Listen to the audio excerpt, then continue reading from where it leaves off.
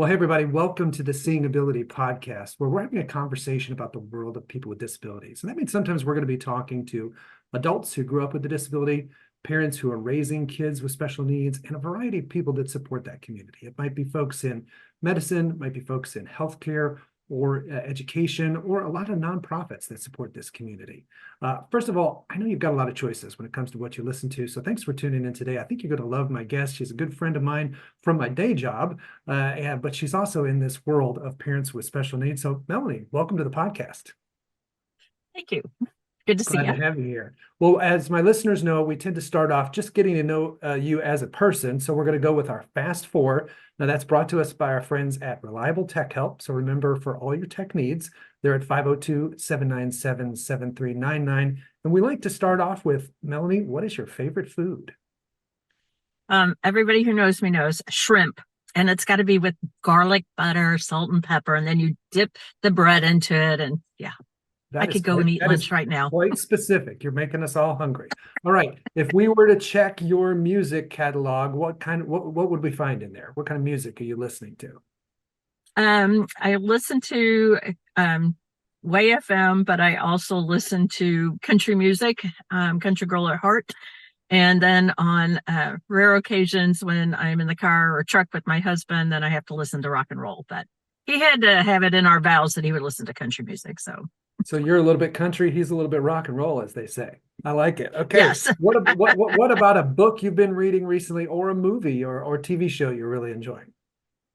I have been reading a book about it's a 12-week year. So I'm very much into reading books that are going to help me to grow and change and move forward. And so that's a book I'm reading right now, and I really like it. Okay, fascinating. And last but not least, if you could be whisked away to a vacation spot of your dreams, maybe a bucket list place, where would that be? I've already been once, but would love to go back. There's two, Italy or Jerusalem. It's like Italy was so peaceful, but Jerusalem opened my eyes to so much about life and the big picture of things I just never knew before. So Fantastic. I love adventures. I love it. I love it. Well, speaking of adventure, this path of being in the world of people with special needs or disabilities is an adventure. And we have a lot of different guests that come on the podcast. And I always take for granted that I know you guys and I know your story, but our audience doesn't. So tell us a little bit about you, about your family, and kind of how you came to be in this world. Okay. My husband and I decided we would adopt a child and have a child. And when we were going through that process, it was taking a very long time to adopt. I had a child and he passed away.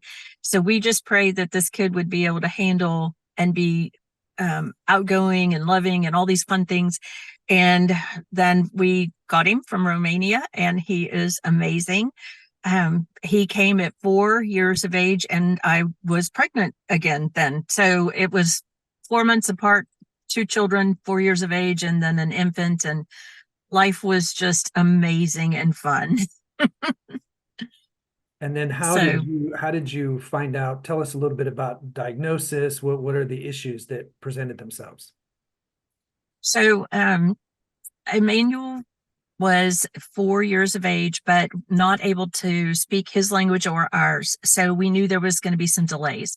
Not a big deal. We also noticed some physical disabilities, but not a big deal. And then when we moved from Chicago back to Louisville, we started realizing there was a few more things than we thought. So we went to a psychologist or somebody like that. I'm sorry, but she did this analysis and gave us the most gloom and doom picture ever. And when we left, we both thought, no way. He's so smart. He's funny. We just don't know how to communicate. We've got to learn how to do better. So we found somebody different, and the man was fabulous. And he was like, oh yeah, he's really smart, but he couldn't always get those items out of his brain. He could play with a toy and fix it and tear it apart, but then couldn't talk too clearly about whatever. So we knew there was a lot of little isms going on, auditory processing, visual, things like that. So it just started growing. And as my daughter was growing and we could see her surpassing him, we were really trying to figure out, what do we do? How do we handle all this? Absolutely. You mentioned rather casually switching providers, that part of the journey of learning how to navigate dealing with all these medical things. When you have a kid with, especially depending on the complexity of their needs, there's different doctors, specialists, diagnosis, forks in the road that you have to take. And a lot of parents struggle with kind of finding their voice, asking questions, knowing how to get a second opinion, push back. Talk to us about what that was like for you, or your different interactions with the medical community, kind of what you learned from it, and what advice you'd give to parents as they're kind of a little overwhelmed at the beginning with that piece of it. Yeah. So, I have a big mouth and I talk a lot. So I was willing to open up You've about, never been accused of being hey, shy, is that what you're saying? never. I could talk to the birds on the wall and they would come here. So my one of my friends had an adopted child from the same country and had been working through a lot. So I asked her, who do you use for your psychologist? Who is helping you to know? Because the one that we had gave us such a gloom and doom outlook. And so you learn that as a parent of one of these children, you are their number one advocate, and you are going to be finding resources and looking for places, not just to fill, I want to hear yeses about all of the things being good and fluffy and wonderful. And, no, it's not like that. But you're looking for the resources that are going to help you and give you answers that are going to be great direction to go forward. So it takes a lot and it's hard. It's not easy to hear. And then I also had people share with me at his school that they felt like I needed to get the Michelle P. waiver and go forward with that. And I was like, no, there are people who really need that. I don't need that like that. I'm good, but after the second year at that school, the resource center person told me he wanted to do a test for us. And that's when the whole world shifted for me, when I understood what those results of those tests were. So that was very eye-opening.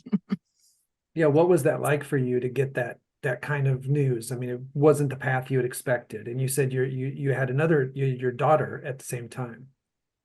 Yeah. So the news was that um, they go through all the reading, all the language, all these things that he was having issues with, and they were going to give him an IEP. And that meant that he was going to have different resources for things and so on. And his diagnosis was MMD. Mm-hmm. So I had to run to the loo, I always say, real quick. And when I came back, it registered.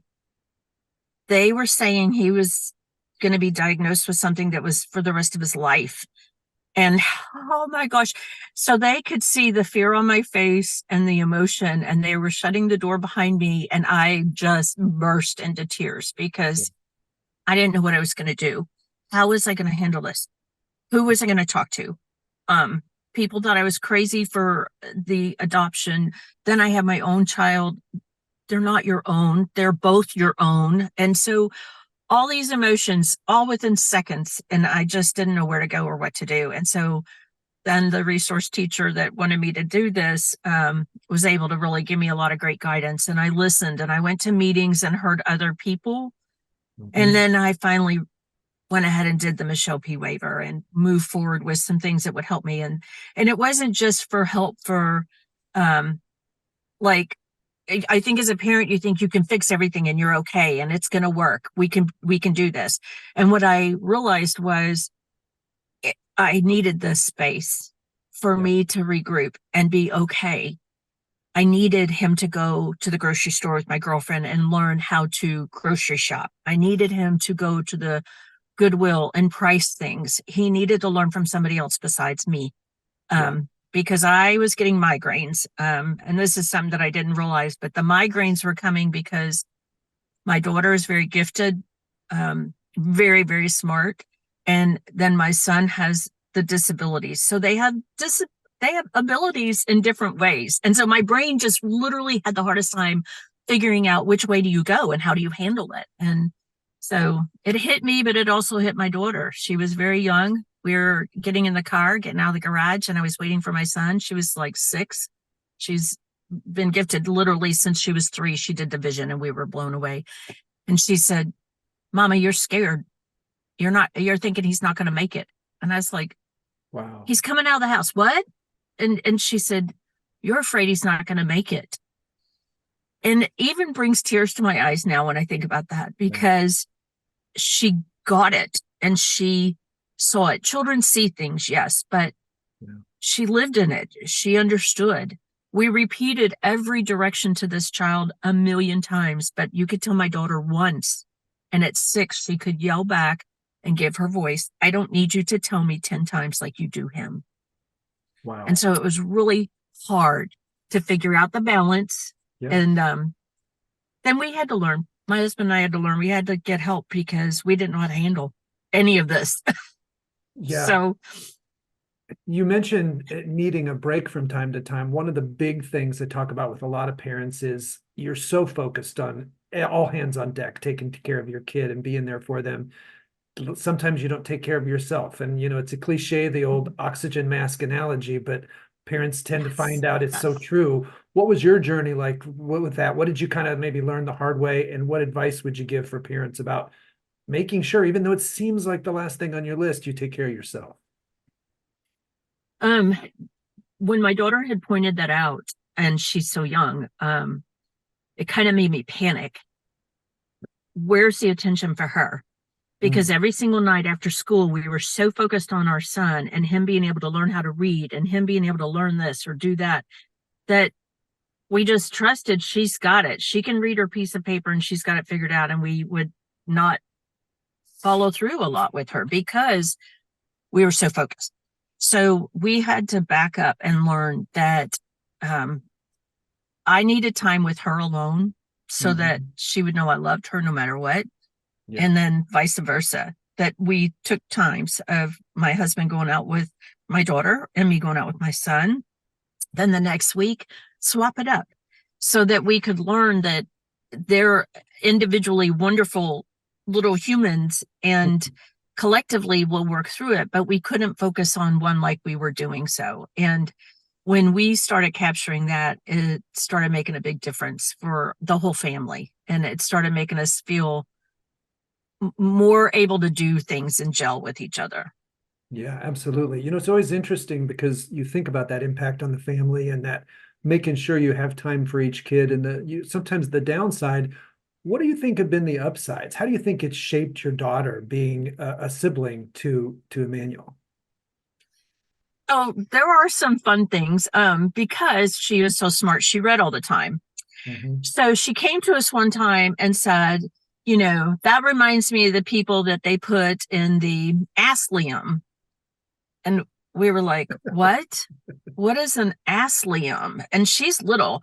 And so then we find out she meant asylum. So Correct. then you have words coming out of her mouth that were just crazy. And then him, um, people made fun of him at school. My husband has a terrific sense of humor. And so when my son would cry to him about things that were going on, then my husband was able to go, okay, so you're a wheat then, and I'm a snap cracker or whatever, So my husband would always twist things around because, my husband's very pale white, so he looks like your saltine cracker, and my son is naturally tan, so he called him, a wheat bin. And so there were things that would happen all the time. So we had our own little jokes, and then you could not have adopted a child more like me ever. So I say things completely out of context and wrong. I saw a black squirrel when we were traveling, and I don't know where it came from, but I was like, oh my gosh, look at the black barking squirrel. And everybody's like, where's squirrel bark at? So it just taught all of us, we all had our goofiness and we all fit together no Yeah. matter what. I love that. You mentioned the waiver and different things about getting help. So part of the journey is always building that village when you first find out that your kid's on a different path, access to resources. You talked about other parents, learning from them. But part of that journey sometimes is dealing with the ups and downs and the emotions of how people in your circle, maybe it's your family, maybe it's your friends, how some of them show up in great ways, and some of them may be in ways you didn't expect, a little disappointing, little emotions that deal with that inside your family, inside your friends. Talk to me a little bit about what that was like for you guys and what you had to learn from it. Um, so naturally, when you have a baby, you bring it home and you show the whole world. Right. When you adopt, it's very similar. And our families didn't live close to us. So we were learning more and more about them when they were young. But then when they started getting older, we knew there was some limitations. And when we were at a family reunion, I'll not forget this, there was another child who was further along in years, but had disabilities as well. And they just were not talked about. But the two boys did not get along. And very quickly, things got heated. And then the family attacked me and my husband and our son. And I don't know, I don't think everybody realized how it was coming across, but like everybody just had this major split. Now, years later, the other mom and I have worked through it. There were so many things going on for her to deal with hers and us, but all around, it was like that white elephant, everybody away from you because they didn't know how to handle it. And then on my side of the family, same thing. There was comments made that, you're going to have him with you the rest of your life. And we will, just like we'll have our daughter, but we know what they meant. We will have him probably with us, could be the rest of our life. And it's different, but in a parent's world. So my parents saw it as, do you realize how much this is changing your life? Right. And it was a different world for them. So I get it where they're coming from, but it is a different world for us too. So we're learning and we're still growing. Like I said, my son lives at home. He has moved out one time, but he's back. And, we have to just learn how to work with him. Yeah, I It's think you always said challenging. you're in the car today because he's doing what inside? He is looking for a job. He usually holds a job about 6 months or so, and loved the job. Everybody at the job loved him, but he has cognitive reasoning, does not have cognitive reasoning, I should say. So he didn't understand that every time he got 8 hours and could take off work, that doesn't mean you take off work. So after 6 months of probation, they're like, you're inconsistent with work, so we have to let you go. But everybody up there, all the supervisors, everybody loved him. So it was a great job. We just hope he'll find another good one like that. So there was nowhere quiet that I could be in the home. So yes, I'm sitting in my car. That's awesome. So I want to circle back. We talked about that flood of emotions with the IEP, and navigating the world of school is challenging for any parent with your kid, but especially for a kid with some kind of special needs. What was the rest of the school journey like for you guys, and maybe what advice would you give to parents on kind of navigating school for their kid? Okay, so like I said before, you are your parent, you're the parent, and you're the number one advocate for that child. Watch and see what's going on. The navigation for us was we kept him in public schools here, elementary. He wasn't capturing what's going on. The rules here are you cannot hold him back till third grade. Well, he wasn't getting stuff. So we pulled him out and we put him in a private school for a year. He flourished. He loved it. My daughter had a great time at that time there. Then we had him back in public for another few years, and we saw again, he needed to catch up. So, to make the price cheaper, we went ahead and jointly pulled them out and put them in a private school. It was my daughter's worst year ever because the school was used to everybody already. The kids were already in their own little groups and cliques, and she was not a part. So that opened up a whole nother can of worms for us. And then for him, he's such a social light, and nobody could deny that or not be his friend. So he fell back in love with school. He had a great time. And then we put him back in school again in the public school system. But I think that as a parent, you feel that you can't do that, but you can. They cannot tell you you can't pull them out. And there are schools that are private schools that you can put them in for a minute and let them get caught up, let them breathe, let them capture who they are. We learned over time he didn't have cognitive reasoning. He has a slight autism. He has physical disabilities, so he can't do some things that way too. So getting him out of the mainstream for the minute and allowing him to grow in who he was allowed him to capture more of who he really was and be okay with himself and be able to do those jokes that my husband would do with him. He was able to create and be funny with so many people in so many ways. So you have to do that. Then on the other hand, to go back to what happened then with my daughter, is we had to listen to her, and it took her a few years to get her voice really heard because we weren't capturing. We felt like that she was reading into the fact that the kids weren't accepting her, but it was not that. And so then we had to learn, how can we help her? Because she was so smart that she was kind of isolated. So then we had to work with that as well. I love that. So talking about ways to make sure your kids flourish, there's always this balancing act of the right level of expectations for your kids. And, parenting in general, there's a balancing act, whether you're talking about a kid who has a disability or not. There's that one end of the spectrum with that helicopter parent that never wants their kids to fall down. And then there's that other end of the spectrum where they're like, throw them in the deep end, they'll figure it out. And then you complicate things or with the kid has a disability, and maybe you've got yourself, people around that don't want to see them have hardships. It's how do you set the right level of expectations, or what was that journey like for you? What did you learn from it? And again, looking back, having the gift of hindsight, what would be your advice for parents that are wondering how to strike that balance? So it's funny you mentioned jumping in the deep end. Okay, so coming from Romania, he had a very different experience with water. So we would purposely go to hotels over the weekends and get him used to the pool and acclimated to jump off the edge and be caught and the trust and all that. So then when the summertime came, we went to a KOA and he was having a blast. And there was a little boy there just like him. And so it was great to have them together. And the mom and I were talking over at the side. And the next thing you know, I don't see heads at all in the water. So I go over to the water and I realize my son is looking at me and trying to get over to the edge of the pool. And that other little boy was clinging to him. So I pull them both out. The other parents were very upset. And I was like, there's no reason to be upset. He saw that my son could jump in the water and he took the risk and then knew that he couldn't do it. And he grabbed hold of my son. So then we had to sit with my son and help him to realize, you are okay. He felt like he was being drowned on purpose. And we were like, no, honey, he wanted to do what you were doing and he knew you could help save him.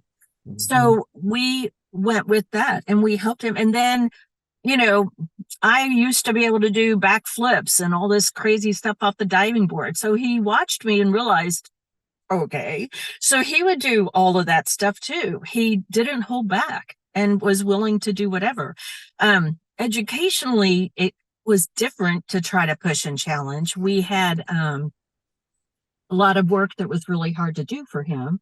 So we talked to him about that IEP, and then we lowered down. Instead of 20 words, he would have to do 10. So we would work through a couple a night and have to learn how to do those things. But we didn't let him slide on it. If you had 10 that you had to learn those 10. And we did not let him slide on it. But we had to be creative to not blow our fuse every night with homework. And if we could see that we were getting to that point, we had to walk away. And we went to a counselor who taught him to say, get out of my face, mom, walk away, which was awkward to hear because that was never allowed in my generation. Oh my gosh, you don't talk back to your parent, but oh my word, he was so on point. I needed to get away. I was getting more angry and there was nothing he could learn any better. It wasn't going to happen like that. So learning to communicate with each other was important too, and just hear each other and really listen to what was being said. Yeah. And what about the idea of letting your kids kind of have no limits? I think a lot of times the world tends to set, for any of us, but especially for kids with disabilities, kind of barriers or limits of what we think is possible for them. And as a parent, how did you navigate that world of expectations for him? We try to treat him like quote unquote a normal kid and just let him do what he needed to do. But when he ran off course, we would challenge the fire off him. And he went through a stage like every kid does that, not every kid, sorry, that was a generalized statement, but a lot of children will take all the coins in the house or take all the money that they find, but not understand the value of what they have. So there Right. still had to be consequences for Mm. you stole. So stealing became a huge ordeal for a long time, and we had to work through it constantly. So we kept the expectation the same, but we learned the disciplinary action had to be much different because the instant it happened, you could walk through what's going on. But if you kept the conversation going for 20 minutes, you lost him 10 minutes ago. So stop. And that's hard when you want to explain everything as a parent. Absolutely. A lot of times when parents have younger kids facing disabilities, there's a tendency to kind of worry about their future, kind of Yeah. go 20 years ahead and think of all the things that may or may not happen. You have the gift of hindsight now. Looking back, what would you tell your younger self about the worrying and the future and all that stuff? It's a cliche that a lot of people say, but it's really true. God is in control of it all, not me. And so, one thing my father did, who passed away at 92, was always prepare me that, I'm not going to be here. How are you going to live? I'm not going to be here. What are you going to do? So, in the last 5 to 10 years, we've been trying to say little nuggets like that to him to help him. So, I think what I would tell myself is that it's all going to work out in the end. The anger on my part is more of the fears of failure of what I saw my family's expectations were Mm. and some of my friends' expectations. So I had to learn to let go of that and to be okay with whatever I chose to do as a parent is okay.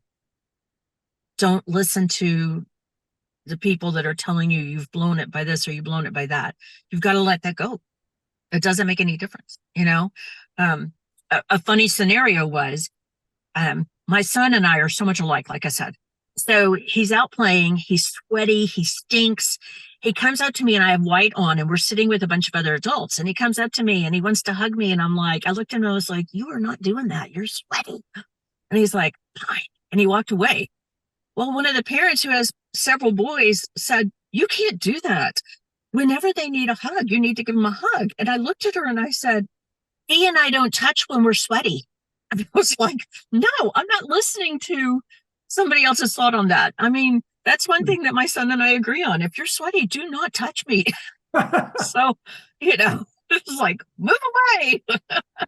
Yeah. But I think So, that thought of not taking so much of what other people think, because you're going to get a lot of opinions. And I think maybe for some yes. reason, even more so than typical parents, when you have a kid with some kind of issues, everybody seems to chime in on what they think is the right thing to do, and learning to let go of that and maybe not let that influence your Yeah. body as much. A lot of times people think this is the route you need to go. And it's a box or a tube that is just precisely, but not every kid fits in that. So even my daughter who's gifted, she doesn't fit in that box. We cannot do the normal things you do. She was so strong-willed. I only had one friend I could confide in about the crazy things my daughter would do because my mom always said, this is payback. This is payback for who you were to me. And I'm like, oh my gosh. But I had to learn that there's not all friends that are going to want to hear your story. So let it go and don't tell them. And it's okay that you don't tell them. Yeah. In this world of people with disabilities, there's so much focus on what the deficits, the things, there's shortfalls, how to help them be better, but sometimes not enough emphasis on just the joy of the journey. So tell us, for those who are just getting to meet you today, what are the things you are amazed by that Emmanuel does, the things you love about him? Um, the fact that he has a walk that's very distinctive and he makes comments about his swag that he, you know, nobody can imitate it at all. And it's pretty comical. Um, he plays basketball better than, and that's one of the things when we moved, we wanted a basketball goal and he refused to come at first and stayed in my old home because he was afraid he wouldn't find friends here. He wouldn't find, so then when he got here, you have a basketball goal? And I'm like, if you would have come when we bought the house, you would have known. It wasn't like I left him in a home by themselves, people, just so you know, my uncle was there until that house sold. But just in his way he can sit with seniors he can tell what their lives were like by their face. He has such an insight to things that are amazing. And I love it to see when he talks to people from the war and everything, and just his love for the History Channel and how he learns. And then he's able to tell stories with these people. I mean, I would not know how to do all those things or put the two pieces together necessarily. And he just has a gift that way. And it's fun to watch him. I love that. I love that. Okay, so if we were bringing you in, you're the guest speaker. We've got a room full, we're maybe at a local hospital. We've got a room full of young parents, and you're going to give them your 3 or 4, you can pick the number, tips along this journey. These parents are new to the world of path not expected, special needs parenting. What would your overall advice be to younger parents? Open your eyes to all the good and write down those good things. It helps you to hold on to it, and it also makes you stay the focus on the positive instead of the negative. And then when you have hard times that are going on, reach out, find other people. You may not have, like, I lost a friend that I thought was one of my best friends. I lost her for years because she didn't know how to handle and was not in a place in her life that she needed to handle how I was. And so we had to let go of each other and then reconnect later. And that's okay.